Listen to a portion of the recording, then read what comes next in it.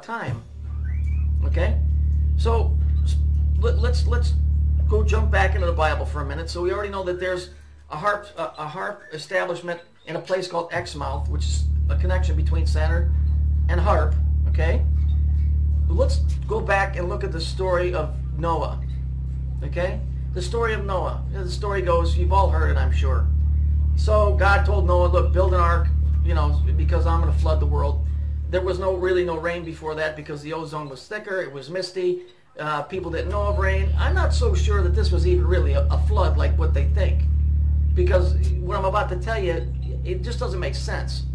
It was some kind of a calamity, that I'm sure that there was, because this is not the first time the world's been around. Because God told Adam and Eve to be fruitful and replenish the earth.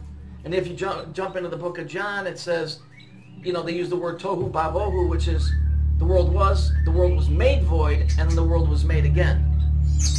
Okay? So there we know, at least on two different occasions, that the book of Ecclesiastics, a time to build up, a time to tear down. Well, that's Saturnalian. In the occult, Saturn always destroys what he creates and recreates it. So that aside, so let's say that this all went down, that God told Noah, look, you're the good guy on here, everybody else is wicked. I'm going to wipe them all out. But I'm going to give them a chance to repent. So while you're building this boat, you go and tell them, look, there's something big coming, right? So the story goes on, everybody laughs at him, they think he's a nut. And plus, he was a drinker. We definitely know that, because the story goes on to say that his son saw him naked and they were cursed and blah, blah, whatever. Okay, so the guy enjoyed a couple of beers, who doesn't? So what happens is, so it rains and it kills all the people in the world, okay? For 40 days and 40 nights it rains, it floods, it's supposed to wipe out these things called the Nephilim and all the evil people. But it clearly states at the end of the story that there was, some of the Nephilim survived, okay? And the one particularly that survived was called Og. Well, his name is spelled O-G. Incidentally, this is why you have that name on the street for the original gangsters, because the Nephilim are the OG, the original gangsters. But those creeps at the top like to incorporate this in and make it fashionable. That's what OG is. That goes back to the Nephilim, the troublemakers, the original gangsters. Okay? So now you know where that comes from. But so let's say that the story is true, and so all of a sudden now the whole world's wiped out, and now the ark winds up on Mount Ararat. If it really is even a mountain, it just means a high place, yeah? One other thing, it's interesting, because you've all seen the model of Noah's Ark. It looks like a regular boat. But if you go and you read the story of the version of Gilgamesh, the Ark was a cube. If I got to take my choice, I'd probably say it was pretty much a cube, considering everything else in the freaking Bible is. Okay? So whatever this thing is that they're in lands, okay, and then they get out, and the world starts all over again. Well, this story cannot be true, not in the way that it's told, because it isn't like one of his sons got out and said, "Hey, I'm going to change my name to Giuseppe and become, and become Italian and start making pizzas." Where did all the pizzas go? Twink, be quiet. That was Twink chiming in. Where did all the people go? But where did we should all literally be speaking Hebrew, which is ancient Phoenician. Where did all the other races come from? I understand that languages break down and they change. Where did all the other people come from? Where did the black man come from? Where did the Chinese man come from? Where did the Indian come from? Where did the Asians come from? The story could not have happened the way it's saying. The story is just a story of some calamity, but it could not have been in the fashion that it says, because we would all be speaking Phoenician. Okay? So then you've got the Tower of Babel. Okay? The Tower of Babel. What is the Tower of Babel? Well, the word Bab means doorway, El means Saturn. So it was a doorway to Saturn. Well, maybe Haarp is the Tower of Babel. It's the doorway. It's an opening. When they talk about the Tower of Babel, it wasn't an actual building. It was communication. Word. Listen to this. Listen to the very beginning of the Bible. In the beginning was the Word, and the Word was God. But the Word is not God. The Word, the sound, the tone. It's the tone. It's the vibration. It's the vibration. So we had a bunch of people conglomerated together that understood how the system worked that we don't know how today, but science is doing this behind the scenes, which is probably what Haarp is. And they were all trying to get together, and the real creator came down and said, hey, F this. No, this ain't going to happen. You know, you ain't going to trump me. I'm the creator. And so that's where the different languages came from. But we should have, at least up until that point, all been speaking Phoenician. Or that's what the Hebrews speak. So the Tower of Babel, that I believe. The flood I don't believe, because it doesn't make sense. First of all, you would have had to say that all of civilization had to be crushed into one small area for him to get the word out to everybody. Okay? The world was different back in those days. You know, the continents were not shaped the same. So the story is coded. It's telling you that something major happened, but I don't believe it was a flood like water, even though this world has been destroyed and created numerous times. Okay? We are not the first ones to be here. Civilizations go up and civilizations go down. That's what the pyramids are. The pyramids are directly connected with Saturn, because the Saturn on the top of North Pole is a perfect hexagon, and that hexagon creates a cube, and that cube is what creates the Kabbalistic tree of life. But it's a time cube. When that thing spins and gets in certain positions against other planets, okay, that sets up, they have a playbook for this stuff. I've never seen it. I'm just saying they have a playbook, and this is why wars are started, and this is why depressions come, and it's just the way the system works. You know? The Kabbalistic Jews, you know, worship two deities, basically. The first one is Saturn. The second one is the moon, because Saturn and the moon always work in conjunction with each other. You know? They always work in conjunction with each other, without exception. Okay? I talked to a guy one time, I'm not going to say his name because it's not privy for me to say, but you know, he told me, he says, here's how it works. At least he gave me a little bit. He says, it goes from the center of Saturn through the center of the moon and down through the center of the earth. Okay, well, that seems like simple geometry to me, so we're talking about angles. Okay, what are angles? Angles are degrees. Okay, I'm just saying. I don't know how it works. We never went any farther with it, and I don't really think that I need to know how it works. But getting back to this thing with Haarp, you know, when you get done with this, when you get done listening to or watching me here, I'll put it on here and you can see it for yourself. So I need to go find out where these other Haarps, you know, places are at, and look at the names of them, because it's just not a coincidence. You know, as I like to say, at some point it stops being a coincidence and becomes evidence. So it's highly unlikely that they would build it at a place called Exmouth, make this giant array of antennas which create tones and vibrations, and then name it after a doorway to Saturn. It ain't happening, believe me. The other thing I wanted to bring up before I end this is, I know that a lot of people think that the chemtrails are there to poison you and kill you. A lot of it is aluminum that they're spraying. And of course, everything has a byproduct that creates either good or bad. Of course, if you start spraying fucking, excuse my language, aluminum into the atmosphere, you're going to get some kind of, you know, blowback from it that ain't good for the environment. But I don't think that is why they're doing it. If you've ever messed around with radios, you'll understand. If you've ever been driving in your car, and you're driving and you turn on a radio station, and all of a sudden it gets weaker and weaker and farther and farther. It's because the signal's dropping off. Because FM, which is frequency modulation, when it comes off the tower, it goes in a straight line. Yeah? And so as it goes out, it starts dropping off because a radio wave has mass. It starts dropping off, and eventually you get farther out than the radio wave is. Okay? AM, which is amplitude modulation, goes up and hits the ionosphere and bounces down. Okay? And there's a whole art to doing that, where these guys can talk on the other side of the world with 2 watts of power, which isn't much for traveling that distance. But it's my personal belief that the reason that they're spraying this crap all over the planet is because when you put the aluminum in the air, which is what most antennas are made out of, okay? They're not made out of gold, and they're not made out of brass. They're made out of aluminum. If you spray enough of the shit in the air, then the whole planet becomes a big-ass antenna. And whatever's being sent back and forth from there or whatever, we don't have to wait for certain conditions. See, because when you work with ham radio, there's things that interfere with that, sun flares and all kinds of other things that will increase the radio wave's distance or greatly decrease it.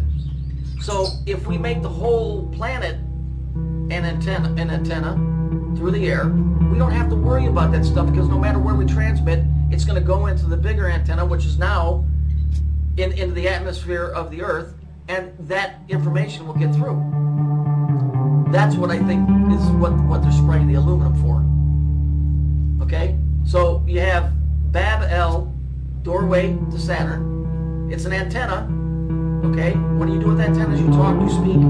Same thing as the Tower of Babel. It's trying to communicate with that thing. That's my opinion. When you look at it, you see the Kabbalistic 3 cubes, you know, and when you see 33, that's just a designation for 3 squared, or 3 times 3 equals 9, and 9 is the number of Saturn. So this is not by accident, this stuff.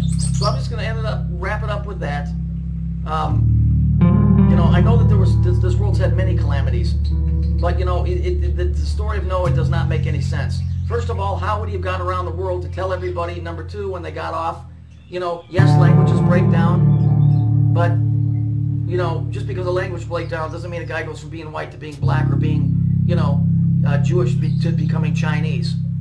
You know, they've manipulated stories. That's why it's called the King James Authorized Version. Because the real story they can't tell you, see? Because it was all based on keeping you an effing idiot for the rest of your life. Religion means to tie down, restrain, or hold back. It has nothing to do with spirituality. You're spiritual. That book has some great stuff in it, but it's a book of high physics. With the exception of Jesus Christ, that part I believe, because he's the only guy ever to stand up against the establishment. Aside from that, it's a lot of innuendos. It's coded. It's biased. The Old Testament is Semitic. There's 13 races of Semites on the planet. And then you've got the New Testament, which is written by the Vaticans and the Masons. King James, what the book is named after, was openly a Mason. Well, I don't know if you know much about those guys, but they have an agenda. Okay? So let's just leave it at that. Let's just concentrate on the fact that there's a place called Exmouth, E-X-M-O-U-T-H, in Australia. That's a Haarp establishment that is sending information. In my opinion, it makes sense with everything that's going on. And so just go ahead and look at these pictures, and we'll just leave it at that for today. Thanks. Real quick, I had ended the film, but I wanted to put this in real quick. In the book of Revelations, it says, as it was in the days of Noah, so will it be in the days of the coming of man, which is basically stating, just like it was in the days of Noah, when men were eating and drinking and marrying and carrying on regular business, so will it be in the end times. In other words, just before the calamity happened, everything was exactly the same. Okay? Everything was the same. People were doing business, and bang, something major happened. So it goes on to say, you know, farther on it says, and men will faint from fear of things to come. There's something they're not telling us. It's tied to that planet. I don't know what it is. You know, this thing, let me clarify this. Planet X is planet Saturn. X represents Saturn because it's the oldest symbol in the world for that planet. The X is the seal of Saturn. They just change it a little bit and overlap it. Okay? Nibiru is not a planet. Nibiru is a point on the moon. Okay? Nibiru is a point on the moon. It's a lunar point. Saturn works in conjunction with the moon.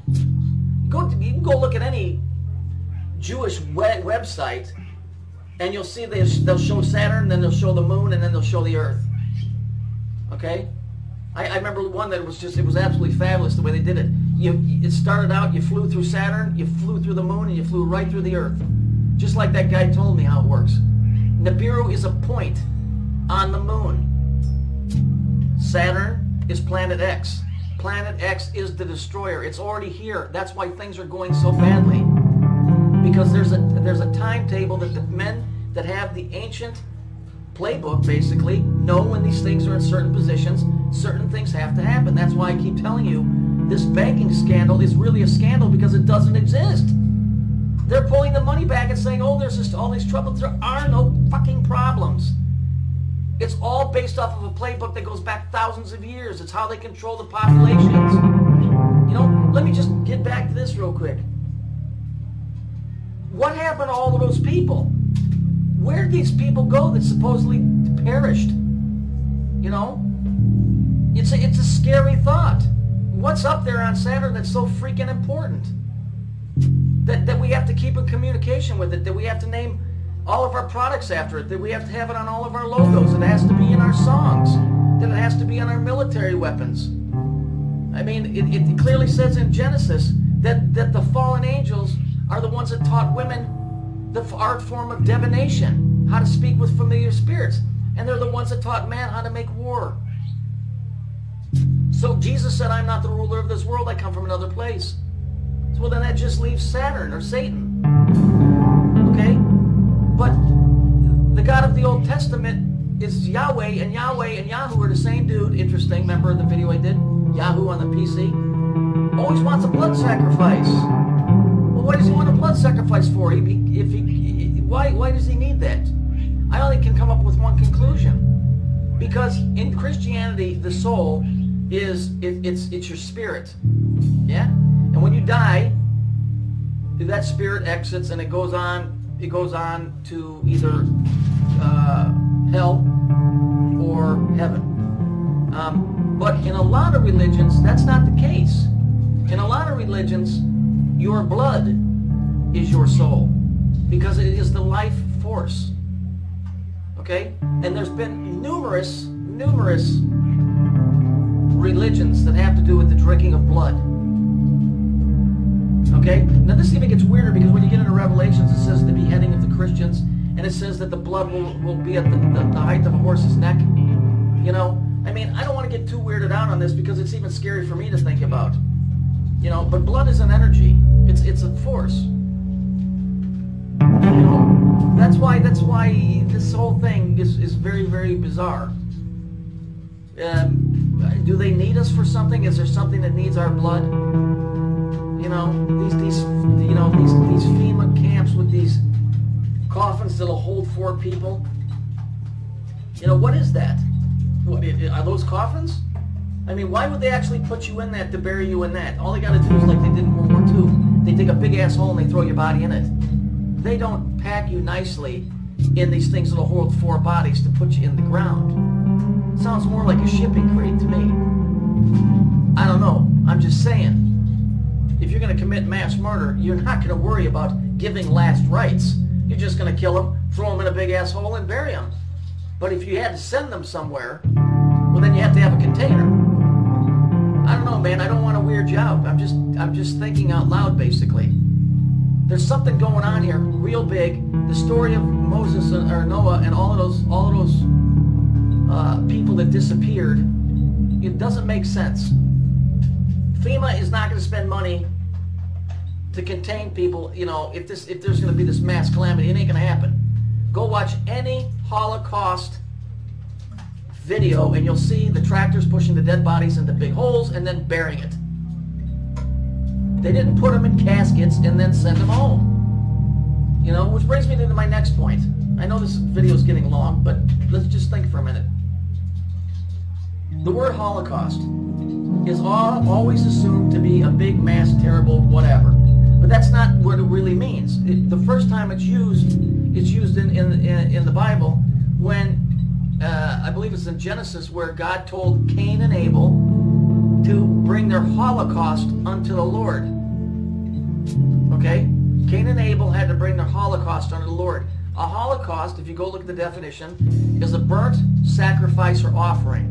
So now we know that it's an offering, and it's supposed to be a burnt offering. Okay, so it's a sacrifice. You're taking a life and you're giving to that thing. Okay? What really happened in those war camps? What aren't they telling us? What really went down? I really don't think that the Jews and the Nazis are enemies. I really don't. I think I've read enough of Phoenician history to know that they believe that the earth requires a payment of blood. Okay? The Jews speak ancient Phoenician. There is no Hebrew language. So the earth requires a sacrifice. It requires blood to even things out, because the earth gives, and so paganistically they would give back by bloodshed. That's why you see this bloodshed going on all over the world in the olden days in every religion, including the Hebrew, you know, the Aztecs, the Mayans, the Toltecs, you know, because, you know, the blood is a life force. So what really went on in those war camps? Because it makes me wonder, because, you know, Saturn's color is black, yeah? That's in mythology, his color is black. He's the god of authority. That's why all religious and legal authorities, judges, cops, rabbis, priests, SWAT teams, CIA, FBI, they all wear black because it represents the god of authority, which is Saturn. So you got this Nazi bastard, yeah, who represents the planet Saturn, got these poor immigrants locked in here, and what are they doing? They're burning them up. I mean, that's all that we know that they were doing. They could have been doing a lot of other things, I'm sure they will. And so they're burning them up, but it's the Jews that are calling it a Holocaust. And that word Holocaust didn't become a phrase until, I think, 1956. The war ended in 45. So the Jews are calling it a Holocaust, knowing damn well what the word Holocaust means. The Gentile wouldn't know what that means. The Gentile always associates it with a big, terrible doodah or whatever. But the Jew knows that it means a burnt offering or sacrifice. Okay? Now Hitler made him wear a yellow star armband. Well, what's the yellow star? Saturn is called the black sun, the dark star, but in astrology, not astronomy, astronomy, not astrology, Saturn is called the yellow planet. So here you have a guy who's in the order of the black sun, which is Saturn, taking these people and sacrificing them to the dark star, which is Saturn, wearing a yellow star, which represents Saturn. See, there's something, and then the people that scream, look at what they did to us, are the ones that call it a Holocaust, but they know what the word Holocaust is. But they don't explain it to the Gentiles, see, because we're Goyim, see, they call us Goyim, it means cattle, which even that word is scary in itself.